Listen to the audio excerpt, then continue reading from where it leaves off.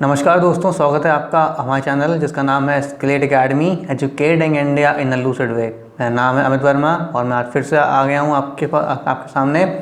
हम लोग पढ़ रहे थे स्ट्रेंथ ऑफ मटेरियल, जो इंजीनियरिंग सर्विसेज में ऑब्जेक्टिव क्वेश्चंस आए हुए हैं उनको हम लोग डिस्कस कर रहे थे। ठीक है, हम लोगों ने अभी तक सेट 3 कर लिया है। अब हम लोग सेट 4 स्टार्ट करेंगे, जो आज हम लोग स्टार्ट करने जा रहे हैं। ठीक है, जैसा कि मैंने बताया था, ये क्वेश्चंस बहुत ही ज़्यादा इंपॉर्टेंट हैं क्योंकि इनमें हर एक क्वेश्चन से हमें कई क्वेश्चन सॉल्व करने की टेक्निक पता चलती है। जितने भी जेईई लेवल के एग्ज़ाम्स होते हैं और या अदर कंपेरेटिव एग्ज़ाम्स होते हैं स्टेट सर्विसेज के, उन सभी क्वेश्चंस में इनके क्वेश्चन से ही रिलेशन कुछ ना कुछ आता है। या तो यही क्वेश्चन उठा के दे देते हैं या तो इसी से रिलेटेड इसी के आसपास क्वेश्चन रहते हैं। ठीक है, तो आइए स्टार्ट करते हैं अपना 4th series concept through IAS objective questions series 4। और अगर आप मुझसे कनेक्ट होना चाहते हो तो आप मुझे कहीं भी फॉलो कर सकते हो। तो आइए स्टार्ट करते हैं अपना पहला क्वेश्चन। ये क्वेश्चन आईएएस 2013 के हैं जो हम स्टार्ट करने जा रहे हैं। पहला क्वेश्चन देखते हैं। A mild steel rod tapers uniformly from 24 mm to 12 mm diameter over a length of 400 mm। Tapering cross section के हम लोग कई बार क्वेश्चन कर चुके हैं। अगर जिन्होंने हमारे सेट 1 से लेकर सेट 3 तक नहीं देखा है तो उसको ज़रूर प्लीज़ देखें, और उनमें हमने इन सभी के कंसेप्ट बताए हुए हैं। ठीक है, तो इसको हम सॉल्व करेंगे, लेकिन मुझसे पहले आप लोग सॉल्व करके इसका आंसर कमेंट बॉक्स में ज़रूर टाइप करना। ठीक है, तो और हाँ गाइस, एक चीज़ और, अगर आपको हमारा वीडियो अच्छा लगे तो प्लीज़ इसको लाइक शेयर सब्सक्राइब करना ना भूलिएगा। तो आइए स्टार्ट देखते हैं। The rod when held vertical is subjected to an axial tensile load of 12 kilo Newton. ठीक है, तो अब इसमें एक टेपरिंग रॉड है। टेपरिंग रॉड जैसे कि मैंने पहले बताया था, कुछ इस तरीके की जिसका डायमीटर चेंज होगा। ठीक है, जैसे कि यहाँ का डायमीटर इसका रहा 24 mm और ये डायमीटर आपका आ गया 12 mm। ठीक है, तो ये आपकी जो है टेपरिंग बार है जिसका डायमीटर कंटिन्यूसली चेंज हो रहा है ओवर लेंथ ऑफ 400 mm, यानी कि 400 mm के लेंथ पर इसकी जो बार टेपर हो रहा है। ठीक है, the rod when held vertical is subjected to an axial tensile load of 12 kilo newton, यानी कि इस पर एक्सियल टेंसाइल लोड जो लग रहा है ये लग रहा है आपका 12 किलो न्यूटन का। जब हमने इसको वर्टिकल हेल्ड किया, यानी कि अगर बार ऐसा है तो अगर जब हमने इसको वर्टिकली हेल्ड किया कुछ इस तरीके से, तो और यहाँ पे हमने लोड लगा दिया 12 किलो न्यूटन का। ठीक है, तो यानी तो फिर तो अब पूछा है रॉड का एक्सटेंशन कितना होगा जब modulus of elasticity 2 × 10⁵ Newton per mm square दिया हुआ है। तो आइए देखते हैं। तो उसका जब कोई इलॉन्गेशन हमको फाइंड करना होता है, एक्सटेंशन क्या फॉर्मूला होता है उसका, PL/AE। ठीक है, अब यहाँ पे क्योंकि टेपरिंग क्रॉस सेक्शन है तो मैंने बताया था टेपरिंग क्रॉस सेक्शन के लिए फॉर्मूला क्या हो जाता था, this is equal to P × L upon area cross sectional circular है, तो यानी कि π/4 × D1 D2 × E। ये आपका हो गया एरिया। ठीक है, ये आपका हो गया इलॉन्गेशन। तो this elongation is equal to P is what, 12 kilo newton हम ले सकते हैं, 12 × 10⁻³ इंटू लेंथ कितनी दी हुई है हमें, 400 mm लेंथ दे रखी है, और π/4 इंटू D1 कितना है 24 mm और D2 कितना है 12 mm।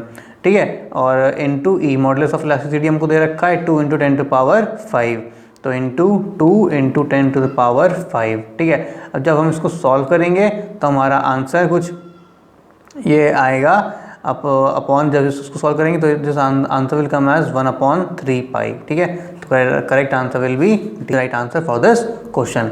अगला क्वेश्चन देखते हैं। यहाँ पे पहले देख लेते हैं आपको क्या चीज़ पता चली। एक तो आपको पता चला कि टेपरिंग बार क्या होता है, सबसे पहले आपको पता चला टेपरिंग बार क्या होता है, और सेकेंडली आपको पता चला इसका एक्सटेंशन निकालने के लिए फॉर्मूला कौन सा इस्तेमाल होता है।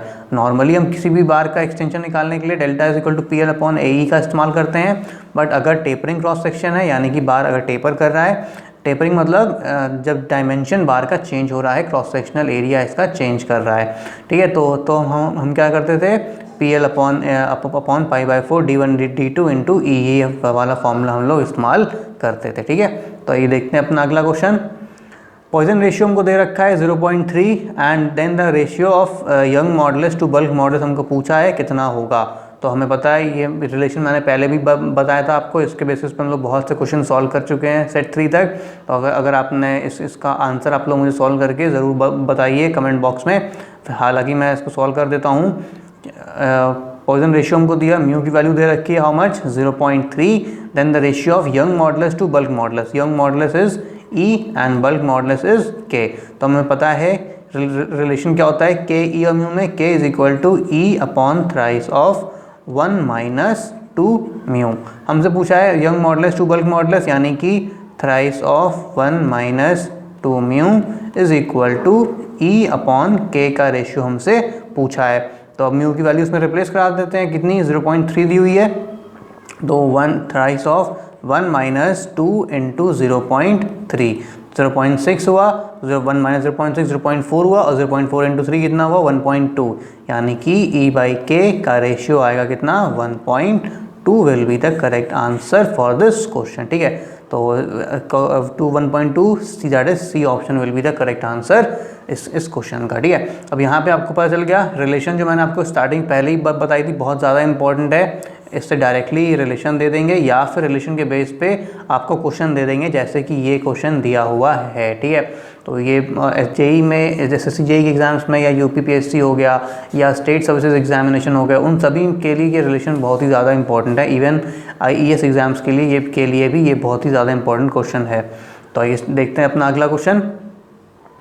फिर से देखिए, एक रिलेशन में उन्होंने दे दिया आपको सॉल्व करना, और उसी 2013 के एग्ज़ाम में आपको दे दिया रिलेशन बताना कि इनके बीच में। ठीक है, तो ये जो रिलेशन होते हैं फर्स्ट चैप्टर के सोम में स्ट्रेस एंड स्ट्रेन में, ये बहुत ही ज़्यादा इंपॉर्टेंट होते हैं। ठीक है, तो अब जो रिलेशनशिप है between Young modulus E, modulus of rigidity C and bulk modulus K in an elastic material is given by, ये रिलेशन हमको मिलता है E is equal to 9 kg upon 3K plus G, ये आपका रिलेशन होता है। अब ये model G is a modulus of rigidity, K is a bulk modulus and E is a modulus of elasticity. तो G आपका मॉडुलस ऑफ रिजिडिटी है, तो अब मॉडुलस ऑफ रिजिडिटी को यहाँ पे इंडिकेट किया हुआ है C से, तो यानी कि correct answer will B 9 kg upon 3K plus G। A will be the correct answer इस क्वेश्चन का। ठीक है, तो आपका आगे देखते हैं अगला question. Which of the following statements are correct? इनमें से कौन सी स्टेटमेंट करेक्ट है? In a ductile material, elastic deformation is more predominant than plastic one. False. Ductile material में ऐसा नहीं होता, इलास्टिक डिफॉर्मेशन प्रेडोमिनेंट नहीं होती as compare to plastic one. ठीक है, तो ये स्टेटमेंट आपका बिल्कुल ही गलत है। अगला देखते हैं, brittleness is not an absolute property of the metal.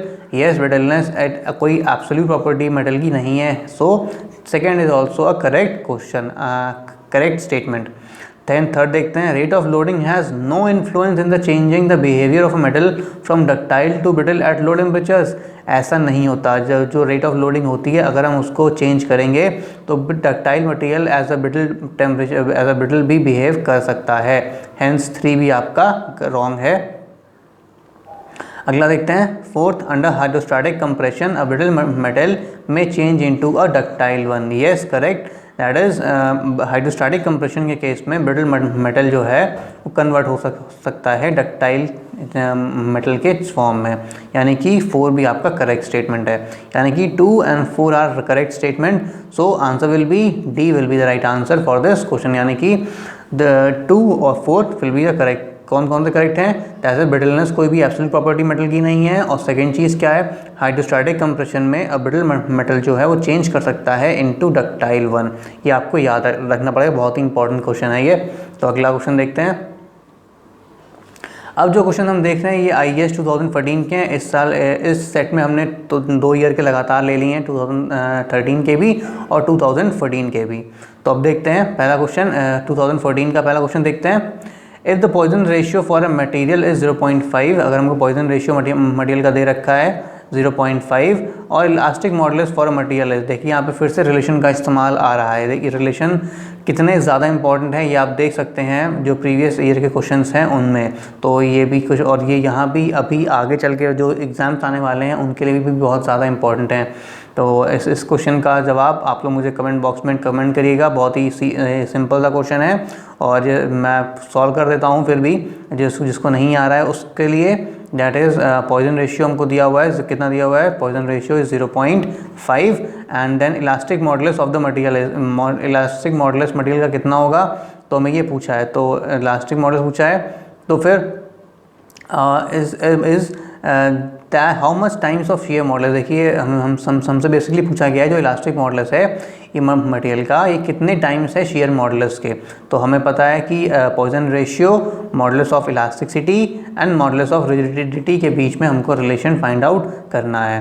तो G, तो हम फॉर्मूला क्या होगा, G will be is equal to E upon thrice of 1 minus 1, sorry G is equal to E upon twice, ये फॉर्मूला नहीं है, G is equal to E upon twice of 1 plus mu is the correct relation. ये relation हमको इस्तेमाल करना है, ठीक है। ये आपका रिलेशन जो मैं बताया था ये के वाला रिलेशन था, तो इसको हमें इस्तेमाल नहीं करना है, हमें ये रिलेशन इस्तेमाल करना है, G is equal to E upon twice of 1 plus mu. तो अब देख लेते हैं, वैल्यूज़ पुट कर देते हैं इसमें G की, तो अब म्यू की वैल्यू पुट कर देते हैं, तो G will be equal to E upon twice of 1 plus mu, mu is how much, 0.5, ठीक है। 1 plus 0.5, 1.5, 2 into 1.5 is equal to 3, that is E will be equal to thrice of G, ठीक है। तो हमें क्वेश्चन में दे रखा है elastic modulus for the material is how much, it is 3 times that of shear modulus G, that is A will be the correct answer for this question, ठीक है। तो ये तो मैंने करा दिया है आपको, लेकिन मेरे कराने से पहले आप लोग इसको ज़रूर कमेंट बॉक्स में कमेंट करिएगा कि इसका आंसर क्या है। तो आप देख सकते हो रिलेशन का अब तक जितने भी हमने ये इसके सॉल्व किए हैं सब में रिलेशन का 1 या 2 सवाल आया है। 2013 में हमने देखा था, अभी 2 सवाल आए थे, 2014 में भी देखें कि पहला सवाल आ चुका है। तो आगे देखते हैं अगला क्वेश्चन। एक मेटल बार दिया हुआ है जिसका 10 mm डायमीटर है, when subjected to a pull of 23.5 kilo newton give an elongation of 0.3 mm on a gauge length of 200 mm, यानी कि एक कोई भी एक हमारे पास इस तरीके का बार है, ठीक है, और जिसका डायमीटर हमारा 10 mm डायमीटर है, ठीक है। It is subjected to a pull, इसमें हमको पुल लग रहा है कितना, 23.5 किलो न्यूटन का पुल लग रहा है, और जो इलोंगेशन हमको मिला पुल लगने के बाद कितना मिला, इस elongation is 0.3 mm on a gauge length of, ये जो गेज लेंथ हमको दे रखी है हाउ मच, 200 mm की गेज लेंथ हमको दे रखी है। तो the Young modulus of elasticity will be nearly, हमको पता करना है यंग मॉडुलस E की वैल्यू कितनी होगी। तो ये देखते हैं, तो पहले हमें पता है stress will be how much, stress will be equal to P upon A, तो P कितना लग रहा है 23.5, तो it will be 23.5 into 10⁻³ upon π/4 into π/4 into diameter कितना है 10 स्क्वायर, तो ये हमारा आ गया स्ट्रेस, ठीक है। स्ट्रेस हमें इतना पता चल गया।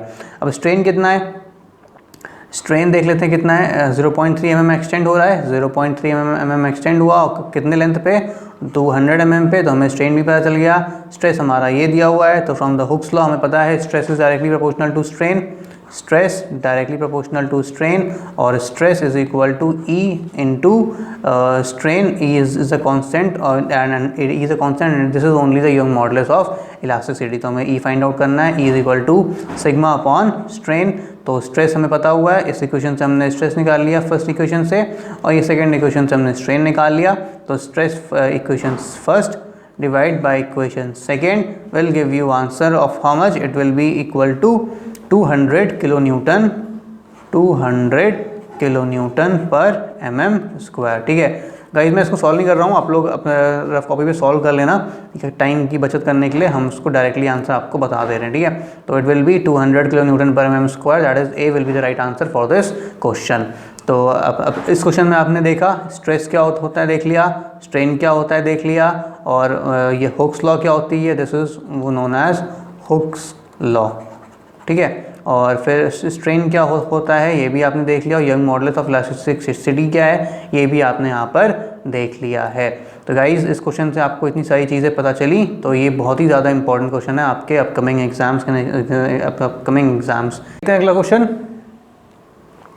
a steel rod 2 meter in length and 40 mm in diameter is subjected to a pull of 70 kN as shown in the figure। यहाँ पे फिगर में दिया हुआ है, ठीक है। एक लॉड है 2 मीटर लेंथ की, और जो जब सब्जेक्टेड है 70 kN का लोड इस पर लगा हुआ है। To what length should the bar be bored, यानी कि इस बार को कितने लेंथ तक हम बोर करें सेंट्रली फ्रॉम वन एंड, एक एंड से कितने एंड तक हम इसको बोर करें so that the total extension will increase by 20%, यानी कि जो टोटल एक्सटेंशन हो रहा है इस बार का बोर होने के बाद वो 20% आपका बढ़ जाए अंडर द सेम फोर्स, ठीक है, दैट इज़ सेम फोर्स लगाने पर उसका जो टोटल एक्सटेंशन है वो इतना बढ़ जाए। तो बोर डायमीटर हमने को दिया हुआ है 25 mm and modulus of elasticity की वैल्यू दी हुई है 2 × 10⁵ न्यूटन पर mm²। तो आइए देखते हैं। सबसे पहला लोड लगा इस पर नॉर्मली, तो इस पर जो एक्सटेंशन होगा डेल्टा L1 ले लेते हैं। तो सिंपली फॉर्मूला लगा देंगे PL/AE का। तो यहाँ पे क्या आ गया, लोड कितना लगा हुआ है 70 × 10⁻³ किलो न्यूटन, कितना लेंथ पे 2 मीटर लंबाई पे 2 × 10⁻³ है, क्योंकि mm में फाइंड करना है हमको, अगर mm में फाइंड करना है तो। और उसके बाद आपका फिर दिया हुआ है edge of cross section, diameter कितना दिया हुआ है 40 mm डायमीटर दिया हुआ है, तो π/4 × 40 mm डायमीटर का होल स्क्वायर, और मॉडुलस ऑफ इलास्टिसिटी आपको दिया हुआ है 2 × 10⁵। तो ये आपकी हो गई इक्वेशन फर्स्ट, यानी कि डेल्टा 1 जब आपने बोरिंग नहीं करी है। इसमें बोर मतलब क्या कि जैसे कि अगर ये आपका बार है और इसमें आपने सर्कुलर डायमीटर का बार है, ठीक है। अब ये हमसे पूछा है आप कितना डिस्टेंस तक बोरिंग करेंगे, यानी कि कितने डिस्टेंस तक बोरिंग करेंगे, यानी कि इसको हॉलो बना देंगे, ठीक है। बोरिंग मतलब इस पाइप को हॉलो बनाना।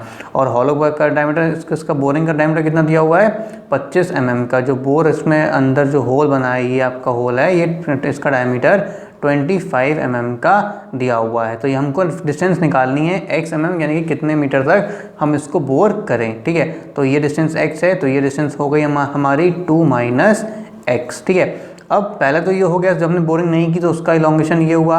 अब बोरिंग कर दी हमने, यानी कि बोरिंग करने के बाद जो इलोंगेशन हुआ कितना आया, सेकेंड डेल्टा L2 निकाल लेते हैं कितना आएगा।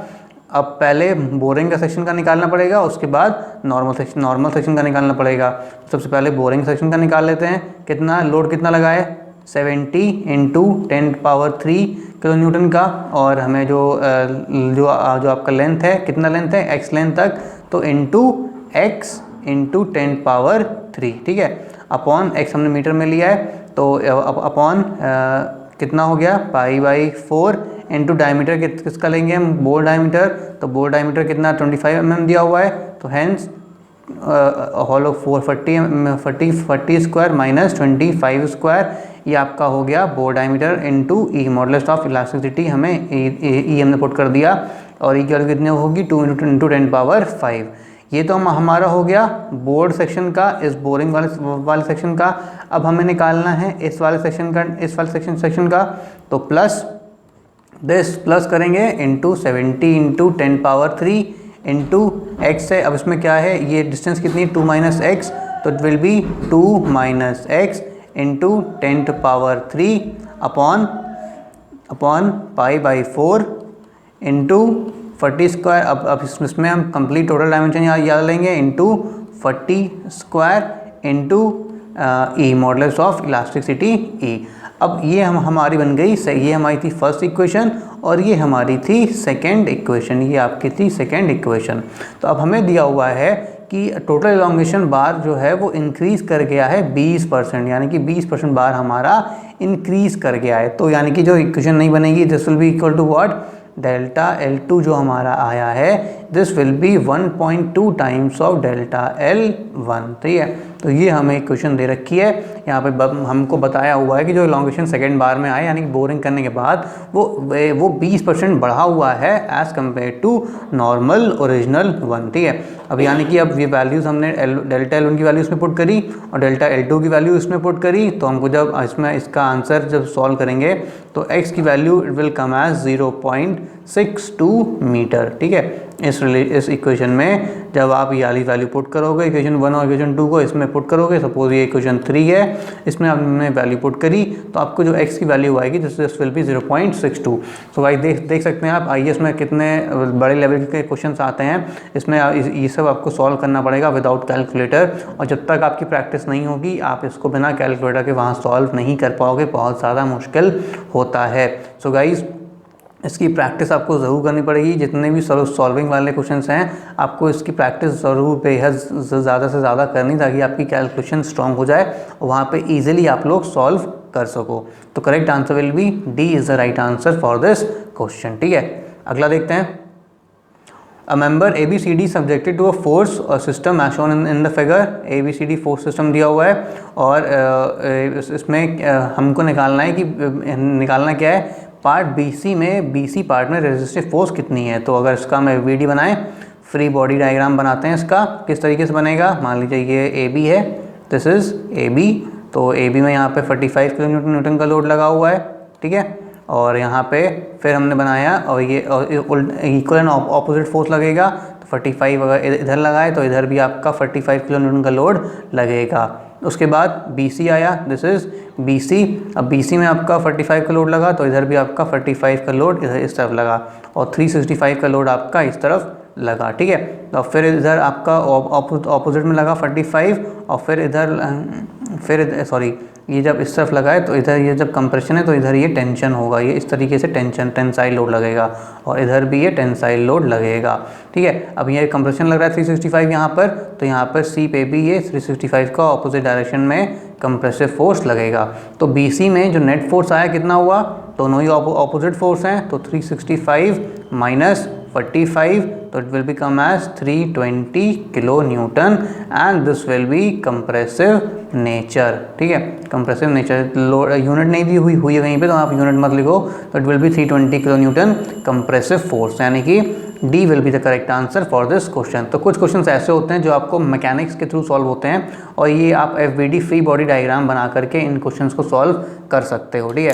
सो गाइस, अगर आपको वीडियो अच्छा लग रहा हो तो प्लीज़ इसको लाइक शेयर सब्सक्राइब करना ना भूलें अपने सभी दोस्तों के साथ, ताकि ज़्यादा से ज़्यादा ये वीडियोस लोग देख सकें, ठीक है। अगला देखते हैं।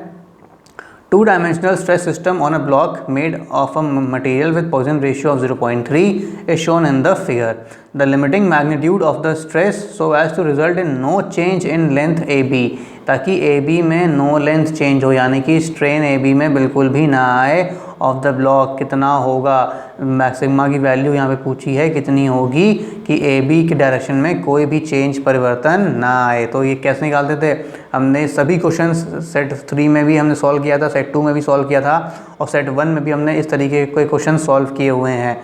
सो गाइस, आप लोग प्लीज़ इसको सॉल्व करके कमेंट बॉक्स में ज़रूर कमेंट करें, ज़रूर से ज़रूर कमेंट करें, ठीक है। मैं यहाँ पे सॉल्व कर दे रहा हूँ, जिन्होंने सेट 1 सेट 2 सेट 3 नहीं देखा है उनके लिए मैं यहाँ पर सॉल्व कर दे रहा हूँ कि लेकिन बट आप लोग से गुजारिश है, आप लोग सेट 1 से लेकर सेट 3 तक ज़रूर देखें इस कंप्लीट वीडियो लेक्चर का। और एक गाइज़ और रूपाली मैम आपको पढ़ा रही हैं SSC JEE के लिए, तो वो भी जितने भी प्रीवियस ईयर क्वेश्चंस हैं उनको ज़रूर देखिए, ठीक है। तो आइए देखते हैं, इसको सॉल्व करते हैं। नो स्ट्रेन एंड एक्साइटेशन, यानी कि जब कभी भी लॉन्गिट्यूडनली फोर्स लगा हुआ है तो लॉन्गिट्यूडनल डायरेक्शन में स्ट्रेस निकालने के लिए उसका स्ट्रेस प्लस जो लेटरल डायरेक्शन में जो स्ट्रेस लगा हुआ है उसका भी हमको अकाउंट फॉर करना पड़ेगा लॉन्गिट्यूडनल डायरेक्शन में। तो सबसे पहले लॉन्गिट्यूडनल डायरेक्शन में 60 लगा हुआ है, तो 60 के कारण जो स्ट्रेन आएगा this will be equal to 60/E minus, फिर अब ये आपका क्योंकि लेटरल डायरेक्शन में लगा हुआ है, इस लेटरल डायरेक्शन में भी जो फोर्स लगेगा इसके कारण इस लॉन्गिट्यूडनल में जो इफेक्ट आएगा this will be how much, this will be minus mu sigma upon E and this is equal to 0, क्योंकि हमको ऑलरेडी दे रखा है नो स्ट्रेन, 0 स्ट्रेन आ रहा है AB में। जब हम इसको सॉल्व करेंगे तो this value will be come as sigma is equal to 60 upon mu and ये जो वैल्यू आपकी आएगी this will be is equal to how much, this will be equal to 200 newton per mm square, this will be 200 newton per mm square. Mu की value आपको दे रखी है 0.3, जब आप पुट करोगे तो 200 आ जाएगा, hence C will be the correct answer for this question. अगला देखते हैं। The symmetry of the stress tensor at a point in a body when at equilibrium is obtained from। Symmetry, stress tensor की symmetry at a point in a body, जब वो body equilibrium में होगी this is obtained from moment equilibrium equation, ठीक है। ये हमें moment equilibrium equation से मिलता है, इसको आप लोग याद कर लेना। अगला देखते हैं। Statement 1, there are 2 independent elastic constants for an isotropic material. पहला स्टेटमेंट ये है और दूसरा स्टेटमेंट क्या है, all metals at micro level are isotropic. This statement 2 is false, this statement is false क्यों? Because all the metals at micro levels are anisotropic, these are not isotropic, these are anisotropic. ठीक है, तो metals आपके micro level पे होते हैं वो एनआइसोट्रॉपिक होते हैं। और statement 1 is correct, that is there are 2 independent elastic constant for an isotropic material, that is elastic constants elastic constant for 2 independent elastic constant for isotropic material. तो इलास्टिक फॉर आइसोट्रॉपिक मटेरियल के कौन से constant होते हैं? E and mu कह सकते हैं, या हम के और जी भी इनको कहा जा सकता है। लेकिन आइसोट्रॉपिक के लिए, आइसोट्रॉपिक मटेरियल के लिए जी एंड के can be found out from E and mu by set of equations and vice versa. ठीक है, आइसोट्रॉपिक मटेरियल जी एंड के और जी और के वैल्यू फाइंड कर सकते हैं ई और म्यू की मदद से। सो गाइज इसका correct answer will be C, will be the right answer for this question. ठीक है, ये स्टेटमेंट 2 स्टेटमेंट 2 दी हुई है, ये आप लोग ऑप्शन में देख सकते हो। उसमें 4 ऑप्शंस होते हैं, ए बी सी डी। तो उसमें ए होता है both are correct and B and statement 2 is the correct explanation of A. B मतलब ए करेक्ट है और सी मतलब दोनों ही सी मतलब है और डी मतलब ही आपको दिया हुआ। तो ये आप देख सकते हो, तो ये आपका इसका आंसर सी होगा। ठीक है, अगला देखते हैं। The failure of surface of a standard cast iron specimen of circular cross section subjected to a torsion is on a helicoidal surface 245 degree to its axis। यानी कि जो स्टैंडर्ड कास्ट आयरन स्पेसिमेन है, उस circular cross section है, उसको जब torsion लगाएंगे cast iron के सर्कुलर सेक्शन में जब हम टॉर्शन लगाएंगे तो वो 45 डिग्री पर फेल करेगा अबाउट इट्स एक्सेस। तो और ये आपका कहलाता है हेलिकॉइडल फेलियर। और जब माइल्ड स्टील का स्पेसिमेन लेते थे तो वो, और उसमें हम जब टेंशन लगाते थे तो उसमें वो फेल करता था 45 डिग्री पे। ठीक है, तो वो कहलाता था कप एंड कोन फेलियर। तो यानी कि ये स्टेटमेंट भी सही है। सेकेंड देखते हैं, the failure occurs on a plane of the specimen subjected to maximum tensile stress and the cast iron is weak in tension.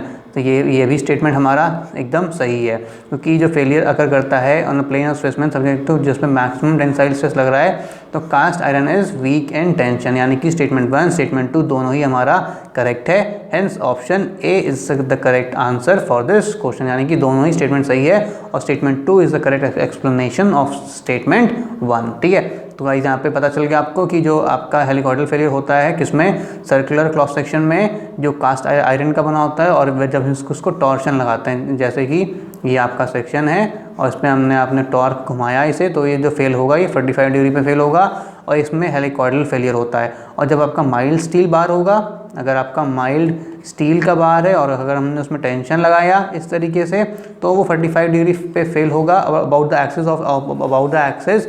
But इसमें जो आपका फेलियर होगा वो कहलाता है cup cone failure, cup cone failure. ठीक है, CONE, cup cone failure. So guys this is the end of our lecture series. अगर आपको लेक्चर अच्छा लगे है तो प्लीज़ इसको लाइक शेयर सब्सक्राइब करना ना भूलें। अपने सभी दोस्तों को ज़्यादा से ज़्यादा इसको सब्सक्राइब करें चैनल को, और वीडियो को ज़रूर लाइक करें। Thank you guys.